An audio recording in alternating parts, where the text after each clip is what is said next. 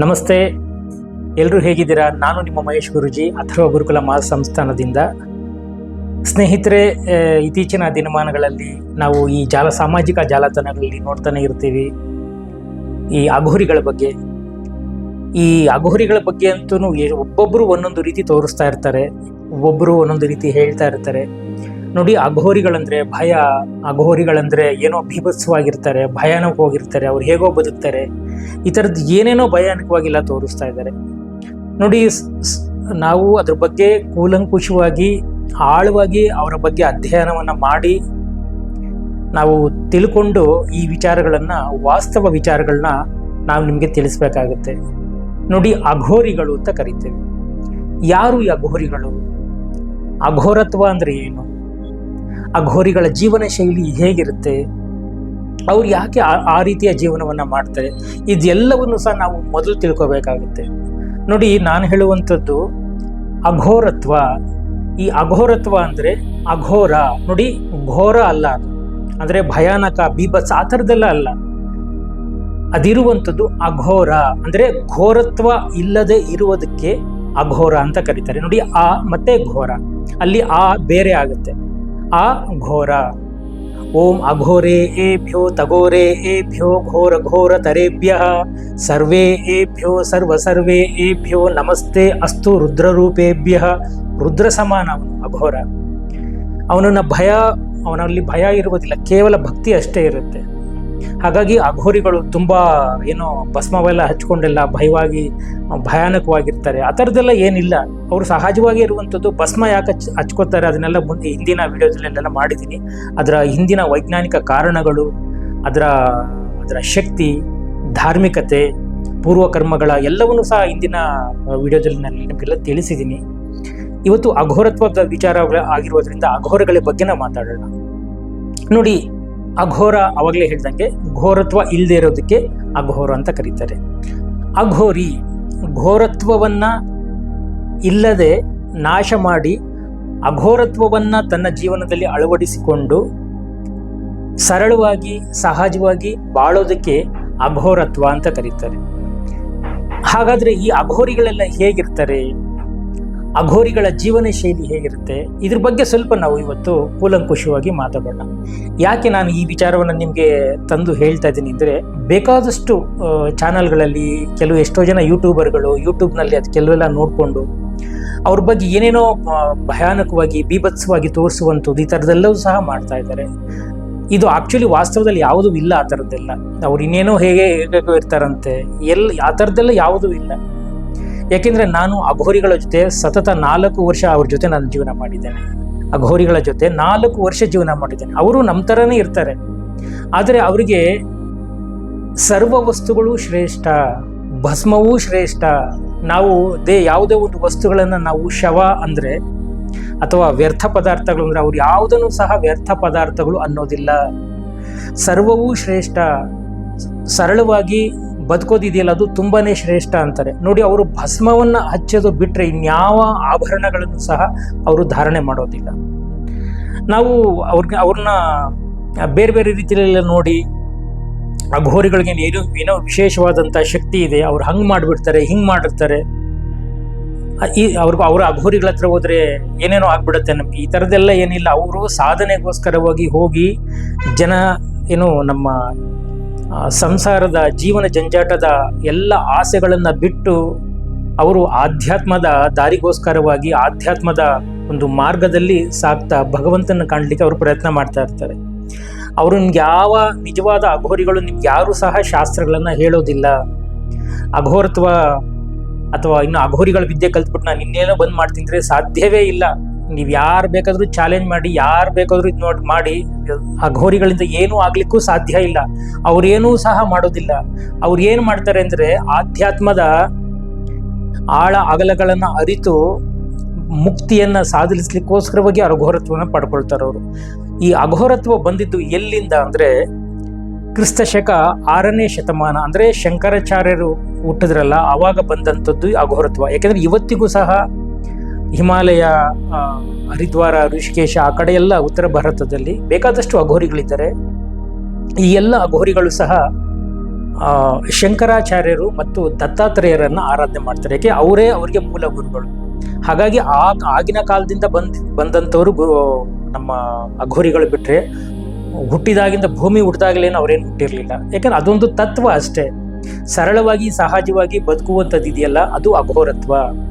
ಘೋರತ್ವ ಇಲ್ಲದೆ ಬದುಕೋದಿದೆಯಲ್ಲ, ಅದು ಅಘೋರತ್ವ. ನಾವೆಲ್ಲ ತಪ್ಪಾಗಿ ತಿಳ್ಕೊಂಡಿದ್ದೀವಿ. ಏನೇನೋ ತಲೆಗೆ ತಗೊಂಡ್ಬಿಟ್ಟು ಯಾರ್ಯಾರೆಲ್ಲ ಯೂಟ್ಯೂಬರೆಲ್ಲ ಏನೇನೆಲ್ಲ ಮಾಡಿ ಏನೇನೆಲ್ಲ ತೋರಿಸಿರ್ತಾರೆ ಅದನ್ನೆಲ್ಲ ಸತ್ಯ ಅಂತ ನಂಬಿ ಅವರ ಜೀವನ ಸರಿ ಇಲ್ಲ ಹಾಗೆ ಈಗ ಏನೋ ಹೇಳ್ತೀವಿ. ಯಾಕೆಂದ್ರೆ ಒಂದು ಅರ್ಥದಲ್ಲಿ ಅವರ ಜೀವನವೇ ಸರಿ ಇದೆ ಅಂತ. ಅವರು ನೀವೇನಾದ್ರೂ ನಮ್ಮ ಇದಕ್ಕೆ ಅವರು ಇಲ್ಲಿ ಬಂದ್ರೆ ಅವರು ನೀವು ಮಾಡ್ತಿರೋ ಜೀವನನೇ ಸರಿ ಇಲ್ಲ ಅಂತಾರೆ. ನಮಗೆ ನಾವು ಮಾಡ್ತಿರೋ ಜೀವನ ಚೆನ್ನಾಗಿದೆ, ನೀವು ಮಾಡ್ತಿರೋ ಜೀವನ ಸರಿ ಇಲ್ಲ ಅಂತಾರೆ. ನೀವೆಲ್ಲದಕ್ಕೂ ವ್ಯಾಮೋಹಕ್ಕೆ ಒಳಗಾಗ್ತೀರಿ. ನಾವು ವ್ಯಾಮೋಹವನ್ನು ಬಿಟ್ಟು ನಾವು ಇಲ್ಲಿ ಸಾಧನೆ ಮಾಡ್ತಿದ್ವಿ ಅಂತಾರೆ. ನಾನು ಅದು ಮಾಡ್ತಾ ಇರೋದೇ ಸರಿ ಅಂತ ನಾನು ಹೇಳ್ತಲ್ಲ ನಿಮಗೆ. ಅವರ ತತ್ವಗಳು ಹಾಗಿರುತ್ತೆ. ಸರ್ವವನ್ನೂ ಶ್ರೇಷ್ಠವಾಗಿ ಕಾಣ್ತಾರೆ. ಯಾವ ರೌದ್ರತೆಗಳು, ಭೀಭತ್ಸ, ಭಯಾನಕ ಯಾವುದೂ ಇಲ್ಲದೆ ಅವರು ಜೀವನವನ್ನ ಮಾಡ್ತಾ ಇರ್ತಾರೆ. ಅವರು ಸರಳವಾಗೇ ಇರ್ತಾರೆ, ಸಹಜವಾಗೇ ಇರ್ತಾರೆ. ಹಾಗಾಗಿ ನಾವು ಅವರನ್ನ ಬೇರೆ ಬೇರೆ ರೀತಿಯಲ್ಲಿ ನೋಡುವಂಥದ್ದು, ಅವ್ರನ್ನ ಬೇರೆ ವ್ಯಂಗ್ಯವಾಗೂ ಸಹ ನೋಡುವಂಥದ್ದು, ಇದ್ಯಾವುದು ನಮಗೆ ಬೇಡ ಅಂತ ನಾನು ಹೇಳುವಂಥದ್ದು. ಇದು ಒಂದು ವಿಚಾರ. ಅಘೋರಿಗಳು ಯಾವತ್ತು ಶಾಸ್ತ್ರಗಳನ್ನ ಹೇಳೋದಿಲ್ಲ. ನಿಮಗೆ ಅರ್ಥ ಆಗ್ತದಲ್ಲ? ಯಾವುದೇ ಅಘೋರಿಗಳು ತಾನಾಯಿತು, ತನ್ನ ಕೆಲಸ ಆಯಿತು ಅಂತ ಗುಹೆಗಳಲ್ಲಿ, ಸಾಧಾರಣ ಜಾಗಗಳಲ್ಲಿ, ಜನ ಇಲ್ಲದೆ ಇರುವಂಥ ಜಾಗದಲ್ಲಿ, ಜನನಿಬಿಡ ಪ್ರದೇಶಗಳಲ್ಲಿ ಅವರು ವಾಸ ಮಾಡ್ತಾರೆ. ವಾಸ್ತವದಲ್ಲಿ ಅವರೆಲ್ಲ ಗುಹೆಗಳಲ್ಲೇ ಅತಿ ಹೆಚ್ಚು ಕಾಲವನ್ನು ಕಳೀತಾರೆ. ಅವ್ರದ್ದೇ ಆದ ಆಹಾರ ಕ್ರಮಗಳು, ಅವ್ರದ್ದೇ ಆದ ವೇಷಭೂಷಣಗಳು, ಅವ್ರದ್ದೇ ಆದಂತಹ ಜೀವನ ಶೈಲಿ ಬೇಕಾದಷ್ಟೆಲ್ಲ ಇರುತ್ತೆ. ಹಾಗಾಗಿ ಅಘೋರಿಗಳು ಅವರು ಸರಳವಾಗಿ ಬದುಕುವಂಥವ್ರು. ನಾನು ಮೊನ್ನೆ ಯಾವುದೋ ಒಂದು ಯಾರೋ ಒಬ್ರು ಯೂಟ್ಯೂಬ್ನಲ್ಲಿ ನೋಡ್ತಾ ಇದ್ದೆ. ಅಘೋರಿಗಳು ಏನೇನೋ ಶಕ್ತಿ ಇದೆ, ಹಾಗಿದ್ದಾರೆ, ಹೀಗಿದ್ದಾರೆ, ಅವ್ರನ್ನ ಮುಟ್ಟಕ್ಕಾಗಲ್ಲ, ಅವ್ರನ್ನ ಇನ್ನೇನೋ ಮಾಡೋಕ್ಕಾಗಲ್ಲ, ಅದೆಲ್ಲ ಸುಳ್ಳು. ಅವರು ಸಾಮಾನ್ಯವರು ಅಷ್ಟೇ. ಅವ್ರಿಗೇನು ವಿಶೇಷವಾದಂಥ ಶಕ್ತಿ ಏನಿಲ್ಲ. ಅವ್ರು ಹೋಗಿರುವಂಥದ್ದು ಆಧ್ಯಾತ್ಮ ಸಾಧನೆಗೋಸ್ಕರವಾಗಿ, ಆಧ್ಯಾತ್ಮದ ಮಜಲುಗಳನ್ನು ತಿಳ್ಕೊಳ್ಳೋಕ್ಕೋಸ್ಕರವಾಗಿ ಅದನ್ನು ಸಾಧನೆ ಮಾಡ್ತಾರೆ. ಸರಳವಾಗಿ ಸಹಜವಾಗಿ ಎಲ್ಲ ವ್ಯಾಮೋಹಗಳನ್ನು ಬಿಟ್ಟು ಬದುಕುವುದೇ ಅಘೋರಿಗಳ ನಿಜವಾದ ಮೂಲ ಉದ್ದೇಶ. ಹಾಗಾಗಿ ಅಘೋರಿಗಳ ಜೀವನ ಶೈಲಿಯನ್ನು ನಾವು ಅಷ್ಟು ಬೇರೆ ರೀತಿಯಲ್ಲಿ ಮಾತಾಡೋದು ತಪ್ಪಾಗುತ್ತೆ. ನಮಗೂ ಸಹ ವಿಶೇಷವಾದಂಥ ಶಕ್ತಿ ಇದೆ. ನಾವು ಸಾಮಾಜಿಕ ಜಗತ್ತಲ್ಲಿ, ಸಾಂಸಾರಿಕ ಜೀವನದಲ್ಲಿ ನಾವು ಸಾಧನೆಯನ್ನು ಮಾಡ್ತಾ ಇರ್ತೀವಿ. ಅವರು ಸರಳವಾಗಿತ್ಕೊಂಡು ಸನ್ಯಾಸವನ್ನು ಸ್ವೀಕಾರ ಮಾಡಿ ಸನ್ಯಾಸತ್ವದಲ್ಲಿ ಬದುಕಿ ಅವರು ಜೀವನ ಶೈಲಿಯನ್ನು ಮಾಡ್ತಾ ಇರ್ತಾರೆ. ಇದನ್ನು ಬಿಟ್ಟು ಅವ್ರದ್ದು ವ್ಯತ್ಯಾಸಗಳೆಲ್ಲ ಏನಿಲ್ಲ. ನೀವು ಸಂಸಾರದಲ್ಲಿದ್ದೂ ಸಹ ಸಾಧನೆಯನ್ನು ಮಾಡ್ಬೋದು, ಸನ್ಯಾಸಿಗೂ ಸಹ ಸಾಧನೆಯನ್ನು ಮಾಡ್ಬೋದು, ಅಘೋರಿಗಳಾಗಿಯೂ ಸಹ ನೀವು ಸಾಧನೆ ಮಾಡಬಹುದು. ಯಾವ ವ್ಯತ್ಯಾಸಗಳು ಇಲ್ಲ. ಸಾಧನೆ ಮಾಡುವಂತ ಯಾವ ಜಾಗದಲ್ಲಿದ್ರೆ ಅಲ್ವಾ? ಅಘೋರಿಗಳ ಬಗ್ಗೆ ಈ ಥರದ್ದೆಲ್ಲ ತಪ್ಪು ಕಲ್ಪನೆಗಳಿದೆ. ನನ್ಗೆ ಏನೋ ಮೊನ್ನೆ ಯಾವುದೋ ಇದ್ರಲ್ಲಿ ನೋಡ್ಬೇಕಾದ್ರೆ ಅವ್ರು ಅದನ್ನೇ ಹೇಳ್ತಾ ಇದ್ರು, ಹಾಗಿರುತ್ತೆ ಹೀಗಿರುತ್ತೆ. ನೀವು ನೋಡಿದಿರೇನ್ರಪ್ಪ? ಹೋಗ್ಲಿ, ಅವ್ರ ಜೀವನ ಶೈಲಿ ಗೊತ್ತಾ? ಅವ್ರು ಹೇಗಿರ್ತಾರೆ, ಅವ್ರ ಮಾತುಗಳೇನು, ಅವ್ರು ಏನು ಮಾತಾಡ್ತಾರೆ, ಅವರ ಪರಂಪರೆ ಹೇಗಿರುತ್ತೆ, ಇದೆಲ್ಲ ಯಾವತ್ತಾದ್ರೂ ಒಂದಿನ ನೀವು ನೋಡಿದ್ದೀರಾ? ಏನೂ ನೋಡದೆ ಯಾವುದೋ ಒಂದು ವಿಚಾರ ತಗೊಂಬಂದು ಅಘೋರಿಗಳ ಬಗ್ಗೆ ಬೇರೆ ಬೇರೆ ಥರ ಎಲ್ಲ ಮಾತಾಡಿದ್ರೆ ನಿಮ್ಗೆ ಕಷ್ಟಗಳು ಗೊತ್ತಿರೋದಿಲ್ಲ, ವಾಸ್ತವ ನೋಡಿರೋದಿಲ್ಲ. ಅವ್ರು ಹೇಗೆ ಯಾವುದು ಗೊತ್ತಿಲ್ಲದೆ ಯಾವ ಪುರುಷಾರ್ಥಕ್ಕೆ ತಂದು ಯೂಟ್ಯೂಬಲ್ಲೆಲ್ಲ ಇದನ್ನೆಲ್ಲ ತೋರಿಸ್ತೀರಾ ನೀವು? ಬನ್ನಿ, ನಿಮಗೆ ಅಘೋರತ್ವ ಬೇಕು ಅಂದರೆ ಅಘೋರತ್ವ ತಿಳ್ಕೊಬೇಕು. ನಾನು ನಿಮಗೆ ಕೂಲಂಕುಷವಾಗಿ ಸರಳವಾಗಿ ಹೇಳ್ಕೊಡ್ತೀನಿ. ಯಾಕಂದ್ರೆ ನಾನು 4-5 ವರ್ಷ ಅವ್ರ ಜೊತೆ ಬದುಕಿ ಬಂದಿರುವಂಥವ. ಅದೇನೋ ಭಯಾನಕದೆಲ್ಲ. ಅವ್ರು ಅದನ್ನ ತಿಂತಾರೆ, ಏನೋ ಅದು ಹೇಳ್ತೀನಲ್ಲ, ನಾವು ಹೌದು ಹಸಿ ಮಾಂಸ ತಿಂತಾರೆ, ಹೌದು, ಕೆಲವು ಆಹಾರಕ್ಕೋಸ್ಕರ ಅದನ್ನ ಭಕ್ಷಣೆ ಮಾಡ್ತಾರೆ. ನಾವು ತಿನ್ನೋದಿಲ್ವಾ ಇಲ್ಲಿ? ನಾವು ನಮ್ಮ ಇಲ್ಲಿ ಜನಗಳಿಗೆ ತಿನ್ನೋದಿಲ್ವಾ? ಅವರ ಆಹಾರ ಕ್ರಮಗಳು ಬೇರೆ ಇರುತ್ತೆ. ಆದರೂ ಅವರು ಗುರು ಪರಂಪರೆಯಲ್ಲಿ ಕೆಲವು ನೀತಿ ನಿಯಮಗಳು ಅಂತ ಅವ್ರು ಮಾಡ್ಕೊಂಡಿರ್ತಾರೆ. ಅದನ್ನ ಮಾಡ್ತಾರೆ. ಬಿಟ್ರೆ ಅವ್ರು ಹಸಿ ಮಾಂಸ ತಿನ್ಬಿಡ್ತಾರಂತೆ, ಹೆಣ ತಿಂತಾರಂತೆ, ಹಾಗೆ ಹೀಗೆ ಇರ್ಬೋದು. ಕೆಲವು ವಿಧಿಗೋಸ್ಕರ ಅವ್ರು ತಿನ್ಬೋದು ಹೊರತು ಬೇಕು ಅಂತ ಮಾಂಸ ಬೇರೆ ಬೇರೆ ಆ ಥರದ್ದೆಲ್ಲ ಇರೋದಿಲ್ಲ. ಮತ್ತೆ ಅವರೆಲ್ಲ ಯಾವುದಕ್ಕೆ ಅಂದರೆ ಮಡಿ, ಮೈಲ್ಗೆ, ಸೂತಕ, ಜಾತಕ ಇವುಗಳನ್ನೆಲ್ಲ ಬಿಟ್ಟು ದೇಶ, ಧರ್ಮ, ಭಾಷೆ ಸರ್ವವನ್ನು ಬಿಟ್ಟು ಅವರು ಸಕಲವೂ ಶಿವನೇ. ಜಗತ್ತಲ್ಲಿ ಬ್ರಹ್ಮಾಂಡದಲ್ಲಿ ಇರುವಂಥವನು ಶಿವ. ಜಗನ್ಮಾತೆ ತಾಯಿ ರಾಜರಾಜೇಶ್ವರಿ, ಭೂಮಿ, ಬ್ರಹ್ಮಾಂಡಗಳ ಚಿತ್ರಣವನ್ನು ಅವರು ಒಂಟಿಯಾಗಿದ್ದ ಧ್ಯಾನದಲ್ಲಿ ಅವರು ಧ್ಯಾನಾಸಕ್ತರಾಗಿ ನೋಡ್ತಾರೆ. ನಾವು ಕೇವಲ ಕುತ್ಕೊಂಡು 2 ನಿಮಿಷ ನಮಗೆ ಮೆಡಿಟೇಷನ್ಗೆ, ಧ್ಯಾನಕ್ಕೆ ಕುತ್ಕೊಳ್ಳೋಕ್ಕಾಗಲ್ಲ. ಆದರೂ ಏನೇನೋ ಮಾತಾಡ್ತೀವಿ, ನನ್ನ ಧ್ಯಾನ ಆಗೋಯ್ತು, ಹಾಗೆ ಏನೇನೋ ಹೇಳ್ತೀವಿ. ಧ್ಯಾನ ಅವರು ಒಂದು ದಿನ ಸಾಧನೆಗೆ ಕುತ್ಕೊಂಡ್ರೆ, ಇವತ್ತು ಕುತ್ಕೊಂಡಿದ್ರೆ ಅಂದ್ರೆ 3 ದಿನ ಬಿಟ್ಟು ಕಣ್ಣು ತೆಗಿತಾರೆ. ಆ ತರಹದ ದೃಢವಾದಂಥ ಸಾಧನೆ ಆಗುತ್ತೆ. ನೀವು ಮಾಡ್ತೀರಾ ಅಷ್ಟು ಸಾಧನೆಗಳಷ್ಟು ಮಾಡ್ತೀರಾ ನೀವು? ಸಾಧಕನಿಗೆ ಯಾವ ಸಮಯ, ದೇಶ, ಭಾಷೆ, ಗಡಿ ಯಾವ ಹಂಗೂ ಸಹ ಅವನಿಗೆ ಇರೋದಿಲ್ಲ. ಅವನು ಎಲ್ಲಿರ್ತಾನೆ ಆ ಜಾಗ ಶ್ರೇಷ್ಠ. ಆ ಘೋರಿಗಳು ಮಾಡುವುದು ಅದೇ.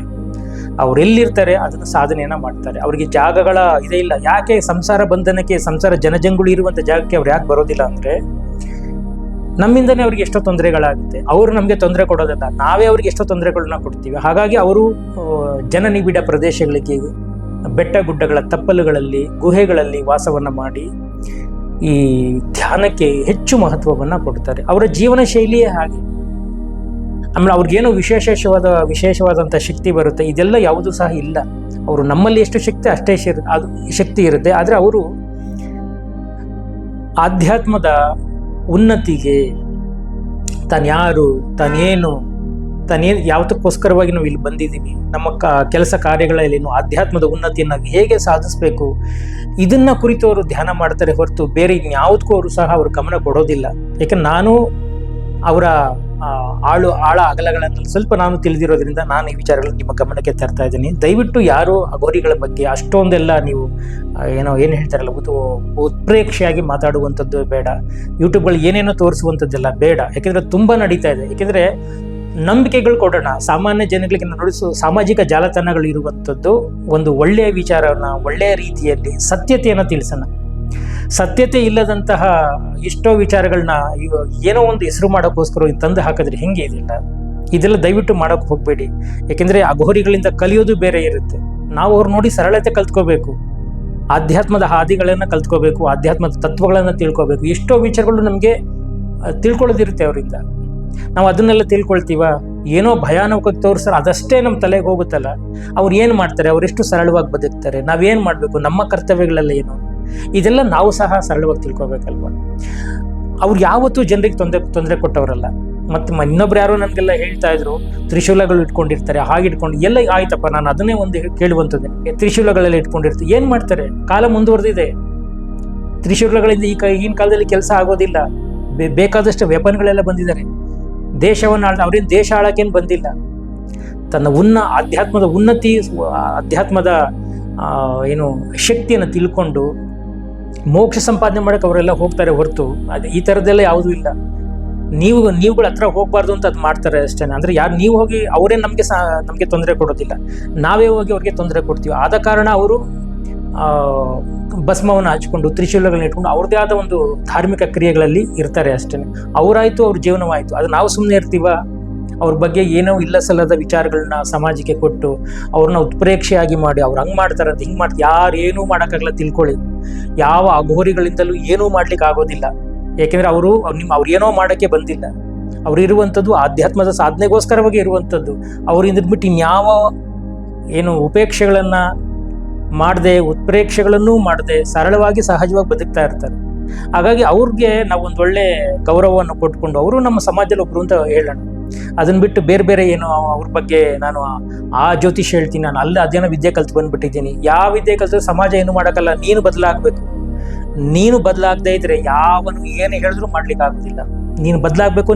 ನಿನ್ನಲ್ಲಿರುವಂಥ ಜ್ಞಾನ, ನಿನ್ನಲ್ಲಿರುವಂಥ ಪ್ರಬುದ್ಧತೆ ಸಮಾಜದ ಉನ್ನತ ಸ್ಥಿತಿಗೆ ಕರ್ಕೊಂಡು ಹೋಗುತ್ತೆ ಹೊರತು ಬೇರೆ ಯಾವುದೂ ಅಲ್ಲ. ಮೊನ್ನೆ ಯಾರು ಹೇಳ್ತಾ ಇದ್ರು ನನಗೆ, ಈ ಅಘೋರಿಗಳಿಂದ ದೇಶ ರಕ್ಷಣೆ ಮಾಡ್ಬೋದು. ಹೆಂಗ್ರಿ ಸಾಧ್ಯ? ದೇಶ ಹೊಲಸೆದ್ದು ಹೋಗಿದೆ, ಗಬ್ಬು ನಾರ್ತಾ ಇದೆ ರಾಜಕಾರಣಿಗಳ ಎಷ್ಟೋ ವಿಚಾರಗಳಿಂದ. ಇವರೆಲ್ಲ ಅಘೋರಿಗಳೆಲ್ಲ ಸರಿ ಮಾಡ್ಬೋದಾಗಿತ್ತಲ್ವ? ಸಾಧ್ಯ ಇಲ್ಲ. ಅವರೆಲ್ಲ ನಮ್ಮ ಈ ದರಿದ್ರ ಸ್ಥಿತಿಗಳನ್ನು ಅವರೆಲ್ಲ ಸರಿ ಮಾಡಲಿಕ್ಕೆ ಬಂದಿಲ್ಲ. ಅವರಿರುವಂಥದ್ದು ಅವ್ರದ್ದೇ ಆದ ಒಂದು ಜೀವನ ಶೈಲಿ ಇದೆ, ಅದು ಮಾಡ್ಕೊಂಡು ಹೋಗ್ತಾ ಇದ್ದಾರೆ. ಹಾಗಾಗಿ ಈ ಜೀವನಕ್ಕೂ ಆ ಜೀವನಕ್ಕೂ ಹೋಲಿಸದೆ, ಅವರನ್ನು ಬೇರೆ ರೀತಿ ಬಿಂಬಿಸದೆ ಅವರನ್ನು ಸರಿಯಾಗಿ ನೋಡ್ಕೊಳ್ಳೋಣ. ಇದು ಒಂದು. ಎರಡನೇದು, ಅಘೋರಿಗಳು ಯಾಕೆ ಗುರುಗಳೇ ಭಸ್ಮ ಹಚ್ಕೋತಾರೆ, ಅದರ ಶಕ್ತಿ ಏನು, ಅದೆಲ್ಲ ಒಂದ್ಸಲ ಹೋದ ವಿಡಿಯೋಗಳನ್ನೆಲ್ಲ ಕೇಳಿದ್ರು.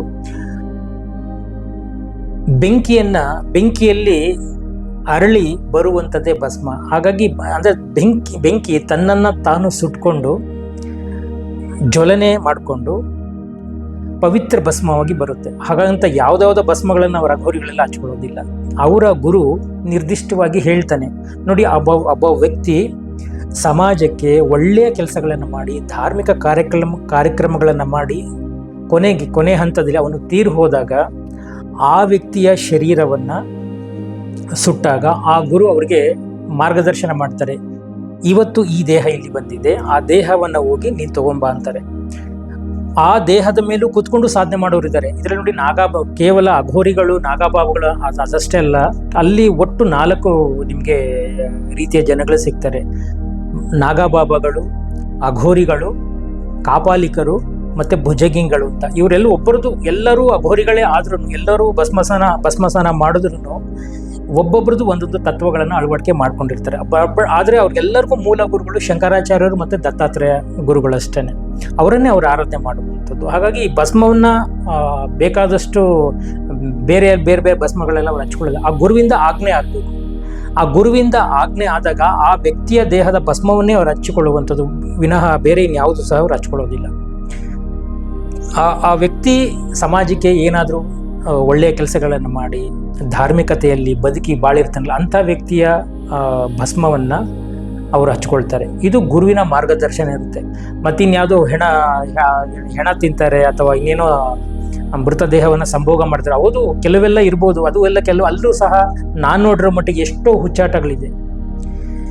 ಅಂದರೆ ಏನು ಬೇಡ ಅದನ್ನೆಲ್ಲ ಇವತ್ತಿಗೂ ಅಲ್ಲಿ ಮಾಡ್ತಿದ್ದಾರೆ. ಭಾಂಗ್ ಅಂದರೆ ಭಂಗಿ ಸೇದುವಂಥದ್ದು ವಾಸ್ತವದಲ್ಲಿ ಎಲ್ಲೂ ಇಲ್ಲ. ಅದು ಯಾವ ಪುಣ್ಯಾತ್ಮ ರೂಢಿ ಮಾಡೋದನ್ನೋ ಗೊತ್ತಿಲ್ಲ. ಇವತ್ತು ಬೇಡದೇ ಇರೋರೆಲ್ಲ ಹೋಗಿ ಅಘೋರಿತ್ವ ಮಾಡ್ತೀನಿ ಹಾಗೆ ಹೀಗೆ ಅಂತೆಲ್ಲ ಹೋಗ್ತಾ ಇದ್ದಾರೆ. ಇದೆಲ್ಲ ನೋಡಿ, ಇದೆಲ್ಲ ಡಿವೈನ್ ಅಫೈರ್ಸ್ ಅಂತಾನೆ ಕರೀತಾರೆ. ದೈವ ಅವಮಾನ ನಾವು ಮಾಡುವಂಥದ್ದು, ದೈವಕ್ಕೆ ಮಾಡುವಂಥ ಅವಮಾನ, ನಮ್ಮ ಸನಾತನ ಧರ್ಮಕ್ಕೆ ಮಾಡುವಂಥ ಅವಮಾನಗಳಾಗುತ್ತೆ. ಇದೆಲ್ಲ ಏನೋ ಇಲ್ಲಿ ಇರ್ತಾರೆ, ಏನೇನೋ ಕೆಟ್ಟ ಕೆಲಸಗಳು ಮಾಡೋದು. ಅಲ್ಲೋಗಿ ಹೆಂಗಿದ್ರು ನಮಗೆ ಗಾಂಜಾ ಸಿಗುತ್ತೆ, ದಮ್ ಹೊಡಿಬೋದು, ಅಥವಾ ಇನ್ನೇನೋ ಬೇರೆ ಯಾವಾಗ ನಮ್ಮ ಜವಾಬ್ದಾರಿಗಳಲ್ಲಿ ಇರೋದಿಲ್ಲ, ಅಲ್ಲೋಗಿ ಜೀವನ ಮಾಡಿ ಎಷ್ಟೋ ಜನ ನೀವು ಹುಡುಕಿದ್ರೆ, ಇನ್ನು ಉತ್ತರ ಭಾರತಕ್ಕೆ ಹೋಗಿ ಹುಡುಕಿದ್ರೆ ಅಘೋರಿ ನಾನು ಇದೆಲ್ಲ ಏನು ನಾಗಬಾಬಾಗಳಿದೆಲ್ಲ ಅಲ್ಲಿ ಹೋದರೆ 90 ಭಾಗ ಬರೀ ಇವರೇ ಇದ್ದಾರೆ. ಇಂಥ ಡೋಂಗಿ ಬಾಬಾಗಳೇ ಇದ್ದಾರೆ. ನನಗೆ ಅದಕ್ಕೆ ಎಷ್ಟೋ ವರ್ಷ ನನಗೆಲ್ಲ ತುಂಬ ಬೇಜಾರಾಗಿ ಬಂದಿದ್ದೀನಿ. ಇಂಥ ಡೋಂಗಿಗಳು ಇಲ್ಲೂ ಬಂದು ಇಂಥ ಕೆಟ್ಟ ಕೆಲಸಗಳೆಲ್ಲ ಮಾಡ್ತಿದ್ದಾರೆ ಅಂತ ಹೇಳ್ಬಿಟ್ಟು. ನಾವು ಸಾಧನೆ ಮಾಡಬೇಕು ಅಂದರೆ ಉತ್ತರ ಭಾರತಕ್ಕೆ ಹೋಗಿ ಅಲ್ಲೋಗಿ ಇಲ್ಲೋಗಿ ಹಿಮಾಲಯ ತಮ್ಮ ತಪ್ಪಲಲ್ಲೇ ಸಾಧನೆ ಮಾಡಬೇಕು ಅಂತ ಇಲ್ಲ. ಬದುಕಿರೋ ಜಾಗದಲ್ಲೇ ಸಮಾಜದಲ್ಲಿ ಇದ್ದು ಸಮಾಜದಲ್ಲೇ ಬದುಕಿ ಸಮಾಜದ ತೊಂದರೆ ಎಲ್ಲ ಕಷ್ಟ ಸುಖ ಎಲ್ಲವನ್ನ ಸಮನಾಗಿ ಸ್ವೀಕರಿಸ್ತಾ ಬದುಕೋದಿದೆ, ಅದು ಸಾಧನೆ. ಆ ದೈವತ್ವವನ್ನು ಇಲ್ಲೂ ಪಡಿಬೋದು, ಅಲ್ಲಿ ಪಡ್ಬೋದು. ಆದರೂ ಕೆಲವು ವ್ಯಕ್ತಿಗಳ ಒಂದು ಇದಿರುತ್ತೆ, ಹೋಗಿ ಅಲ್ಲಿ ಬದುಕ್ತಾರೆ ಹೊರತು. ಯಾಕೆ ಈ ವಿಚಾರಗಳನ್ನು ನಾನು ನಿಮ್ಮ ಗಮನಕ್ಕೆ ತರ್ತಾ ಇದ್ದೀನಿ ಅಂದರೆ, ನಾನು ನೋಡಿರೋ ಮಟ್ಟಿಗೆ 90 ಭಾಗ ಇಂಥವರೇ ಇದ್ದಾರೆ. ಇಂಥ ಅಯೋಗ್ಯರು ಇಂಥ ದರಿದ್ರಗಳೇ ಅಲ್ಲಿ ಹೋಗಿ ಸೇರಿದ್ದಾರೆ.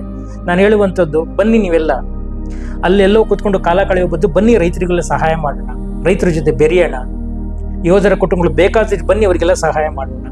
ಇದನ್ನು ಬಿಟ್ಬಿಟ್ಟು ನಾನೇನೋ ಸಾಧನೆ ನೋಡಿ, ನಿಜವಾಗಿ ಸಾಧನೆ ಮಾಡೋರು ಮಾಡಿ ತಪ್ಪು ಅಂತ ನಾನು ಹೇಳ್ತಾ ಇಲ್ಲ. ನಾವೇನು ಹೇಳ್ತೀವಿ, ಇದು ಏನಪ್ಪ, ನಾವು ದರಿದ್ರರಾಗಿ ಬದುಕಲಿಕ್ಕೆ ಇದೆಲ್ಲ ಬೇಕಾ? ಸೋಮಾರಿಯಾಗಿ ಬದುಕಲಿಕ್ಕೆ ಅದು ಒಂದು ಜೀವನನ? ಮನುಷ್ಯ ಯಾವತ್ತೂ ಅಷ್ಟೇ ಕಾಯಕದಲ್ಲಿ ಬದುಕಬೇಕು, ಶ್ರೇಷ್ಠತೆ ಅದು.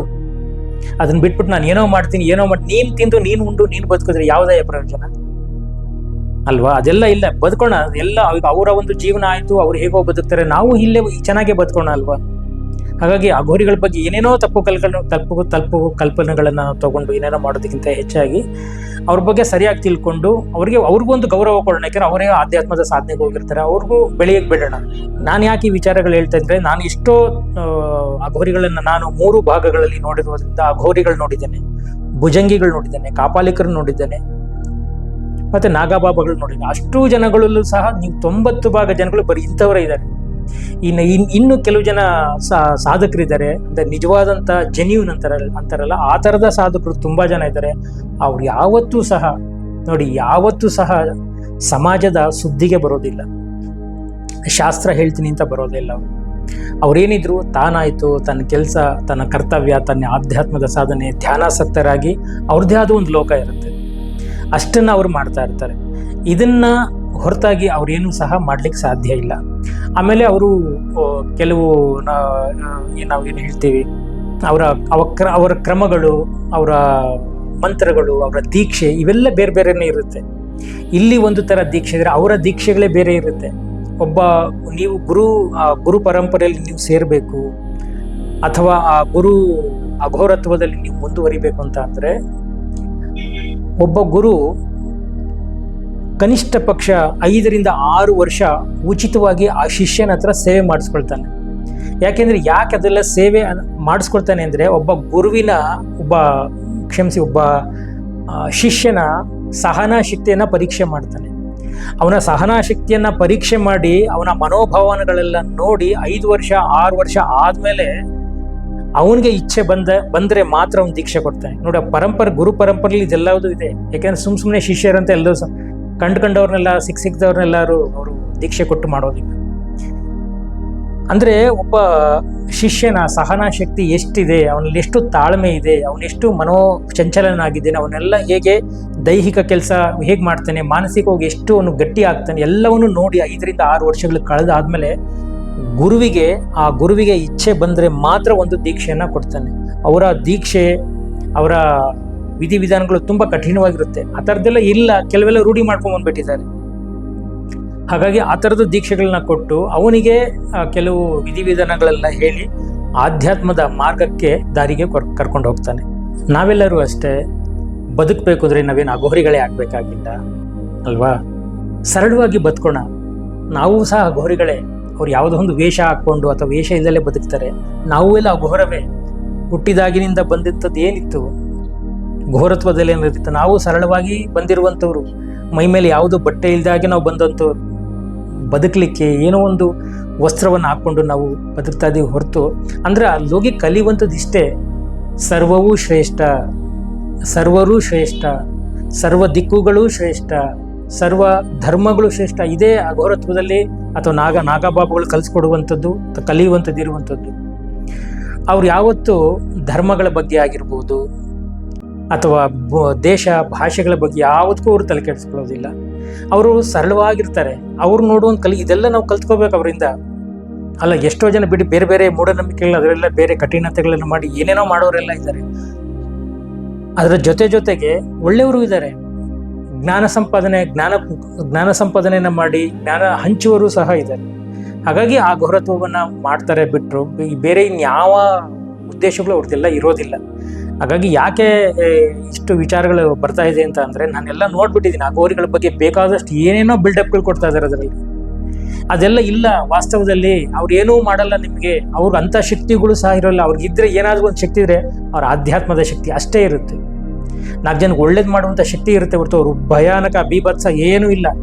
ಆ ಥರದ್ದೆಲ್ಲ ಆಗಿ ನಮ್ಮ ದೇಶದ ರಾಜಕಾರಣಿಗಳು ಅವರಿಂದನೇ ಸಾಯ್ಬೇಕಾಗಿತ್ತು ಅಲ್ವಾ? ಅದೆಲ್ಲ ಹಂಗೆ, ಆ ಥರದ್ದೆಲ್ಲ ಏನಿಲ್ಲ. ದೇಶಕ್ಕೆ ಒಳ್ಳೇದು ಮಾಡ್ಬೋದಾಗಿತ್ತಲ್ಲ. ಆಯುಧಗಳನ್ನ ಇಟ್ಕೊಂಡು ಹಾಗೆ ಮಾಡ್ತೀನಿ ಹೀಗೆ ಮಾಡ್ತೀನಿ. ಟೆಕ್ನಾಲಜಿ ತುಂಬ ಮುಂದುವರೆದಿದೆ. ಇವತ್ತು ತ್ರಿಶೂಲಗಳಿಂದ ಕೆಲಸ ಆಗಲ್ಲ, ಪಿಸ್ತೂಲ್ಗಳಿಂದ ಕೆಲಸ ಆಗುತ್ತೆ, ಬಾಂಬ್ಗಳಿಂದ ಕೆಲಸ ಆಗುತ್ತೆ ಇವತ್ತು ಅಲ್ವಾ? ಒಳ್ಳೆ ಕಾರ್ಯಕ್ಕೆ ಇವತ್ತು ಎಷ್ಟು ಮಾಡ್ತಾ ಇದ್ದಾರೆ. ಅವರಿಂದ ಏನೇನೋ ಆಗ್ಬಿಡುತ್ತೆ, ಹಾಗೆ ಮಾಡ್ತಾರಂತೆ ಹೀಗೆ ಮಾಡ್ತಾರಂತೆ. ಯಾವುದು ಬೇಡ. ನಾನು ಹೇಳುವಂಥದ್ದು ಒಳ್ಳೇದನ್ನು ಮಾಡೋಣ, ಸಮಾಜಕ್ಕೆ ಒಳ್ಳೇದನ್ನು ತಿಳಿಸೋಣ, ಒಳ್ಳೇದನ್ನು ಕಲಿಸೋಣ. ನಾವು ಕಲ್ತಿರೋ ಉದ್ದೇಶನೇ ಇದಲ್ವಾ? ಅದಕ್ಕೆ ಗುರುಕುಲಗಳು ಬರಬೇಕು. ಗುರುಕುಲದಲ್ಲೂ ಸಹ ಆಗಿನ ಅವ್ರದ್ದು ಸಹ ಗುರುಕುಲಗಳೆಲ್ಲ ಮಾಡ್ತಾ ಇದ್ರು. ಆಗಿನ ಶಿಕ್ಷಣವೇ ಬೇರೆ ಇತ್ತು ಅಘೋರಿಗಳು. ಈಗಿನ ಶಿಕ್ಷಣ, ಅಘೋರಿಗಳ ಶಿಕ್ಷಣವೇ ವಿಚಿತ್ರವಾಗಿದೆ. ಹಾಗಾಗಿ ನಾಗಬಾಬುಗಳಾಗಿರ್ಬೋದು, ಭುಜಂಗಿಗಳಾಗಿರ್ಬೋದು, ಕಾಪಾಲಿಕರಾಗಿರ್ಬೋದು ಅಥವಾ ಅಘೋರಿಗಳಾಗಿರ್ಬೋದು, ಅವ್ರು ಹೇಗೋ ಜೀವನ ಮಾಡ್ಕೊಂಡು ಬದುಕ್ತಾ ಇದ್ದಾರೆ. ಅವ್ರಿಗೆ ನೀವು ಡಿಸ್ಟರ್ಬ್ ಮಾಡಬೇಡಿ, ತೊಂದರೆ ಕೊಡಬೇಡಿ. ನಮ್ಮ ಜೀವನ ಏನಿದೆ ನಾವು ಸರಿಯಾಗಿ ಮಾಡ್ಕೊಳ್ಳೋಣ.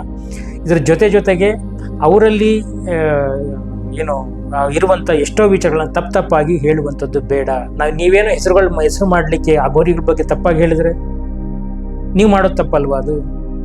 ಅದೆಲ್ಲ ಬೇಡ. ಯಾಕೆಂದರೆ ಅದು ನೀವು ಮಾಡೋದು ತಪ್ಪು, ಬೇರೆಯವ್ರಿಗೆ ಅದು ತಪ್ಪು ರೀತಿಯಲ್ಲೇ ಮಾಹಿತಿ ಹೋಗುತ್ತೆ. ಅವ್ರು ಹೀಗ ಬೇರೆ ಎಷ್ಟೋ ವಿಚಾರಗಳಿಗೆ ಅಘೋರಿಗಳ ಬಗ್ಗೆ ವಿಚಾರಗಳೇ ಗೊತ್ತಿರೋದಿಲ್ಲ. ಯಾಕೆಂದರೆ ಅಘೋರಿಗಳು ರುದ್ರನ ಅಂಶ ಅಂತ ಕರೀತಾರೆ. ಅಘೋರೇ ಏಭ್ಯೋ ಅಂತ ಕರೀತಾರೆ.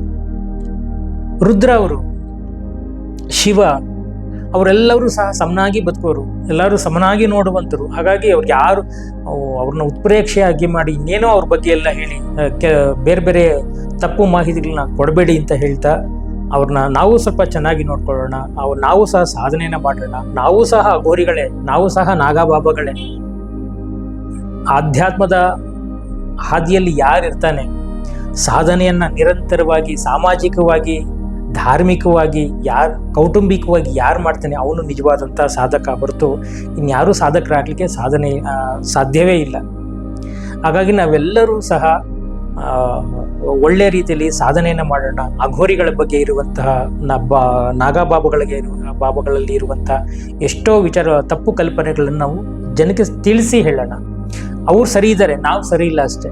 ನಾವು ಸರಿ ಇಲ್ಲದೆ ತಪ್ಪಾಗಿ ಯಾವತ್ತೋ ಒಂದಿನ ಏನೋ ಒಂದು ಹೋಗಿ ಒಂದು ಯಾರತನೊಬ್ಬ ಗೊತ್ತಿಲ್ಲದಿರೋತನ ಹತ್ರ ಹೋಗಿ ಅವನ ಮೌಢ್ಯತೆಗಳನ್ನೇ ತಗೊಂಬಂದು ಮೌಢ್ಯತೆಗಳನ್ನೇ ಹೇಳಿ ಸಮಾಜಕ್ಕೆ ಕೊಡೋದು ಎಷ್ಟು ಸರಿ? ಅವ್ರು ಮಾಡ್ತಿರುವಂಥ ಸರಳ ಸಾಧನೆಗಳನ್ನ ತಿಳಿಸಿ, ಅದನ್ನ ಬಿಟ್ಟು ಭಯಾನಕವಾಗಿರ್ತಾರೆ, ಹಂಗಿರ್ತಾರೆ ಹಿಂಗಿರ್ತಾರೆ, ಏನೇನೋ ಕಠಿಣ ವೃತ್ತಿ. ಕಠಿಣ ವೃತ್ತ ಏನಕ್ಕಪ್ಪ ಮಾಡ್ತಾರೆ? ಎಷ್ಟು ಕಠಿಣ ವೃತ್ತಿಗಳು ಮಾಡಿದ್ರೆ ನಮ್ಮ ದೇಶ ಇನ್ನೂ ಹೀಗೆ ಇದೆ. ನಾನು ಯಾವಾಗಲೂ ಹೇಳ್ತಾ ಇರ್ತೀನಿ, ಮನುಷ್ಯ ನಾವು ನಮ್ಮೊಳಗಡೆ ಇರುವಂತಹ ಶಕ್ತಿ ಕೆಲಸ ಮಾಡದೇ ಇದ್ರೆ, ನಾವು ಪ್ರಜ್ಞಾವಂತರಾಗದೇ ಇದ್ರೆ ದೇಶ ಅಧೋಗತಿಗೆ ಹೋಗುತ್ತೆ. ನಾವು ಪ್ರಜ್ಞಾವಂತರಾಗಬೇಕು. ಆ ಪ್ರಜ್ಞಾವಂತಿಕೆ ಆಧ್ಯಾತ್ಮದಲ್ಲಿ ಹೆಚ್ಚು ಇರುತ್ತೆ. ಆಧ್ಯಾತ್ಮದ ಜೀವನವನ್ನ ಅಳವಡಿಸ್ಕೊಂಡವನಿಗೆ ಇದೆಲ್ಲವೂ ಸಹ ಸಿಗುತ್ತೆ. ಹಾಗಾಗಿ ಈ ವಿಚಾರವನ್ನು ನಾನು ನಿಮ್ಮ ಗಮನಕ್ಕೆ ತರಬೇಕಾಗಿತ್ತು. ಹಾಗಾಗಿ ಅಘೋರಿಗಳ ಬಗ್ಗೆ, ನಾಗಾ ಬಾಬಾಗಳ ಬಗ್ಗೆ, ಭುಜಂಗಿಗಳ ಬಗ್ಗೆ, ಕಾಪಾಲಿಕರ ಬಗ್ಗೆ ಬೇರೆ ಯಾವುದೇ ರೀತಿಯಲ್ಲಿ ಉತ್ಪ್ರೇಕ್ಷೆಗಳು ಮಾಡದೆ ಅವ್ರ ಪಾಡಿಗೆ ಅವ್ರು ಸಾಧನೆ ಮಾಡಲಿ, ನಮ್ಮ ಪಾಡಿನ ಜೀವನ ಮಾಡೋಣ ಅಂತ ಹೇಳ್ತಾ ಇವತ್ತಿನ ಕಾರ್ಯಕ್ರಮನ ನಾನು ಇಲ್ಲಿಗೆ ಮುಗಿಸ್ತಾ ಇದ್ದೀನಿ. ಎಲ್ರಿಗೂ ಒಳ್ಳೆಯದಾಗಲಿ. ನಮಸ್ಕಾರ.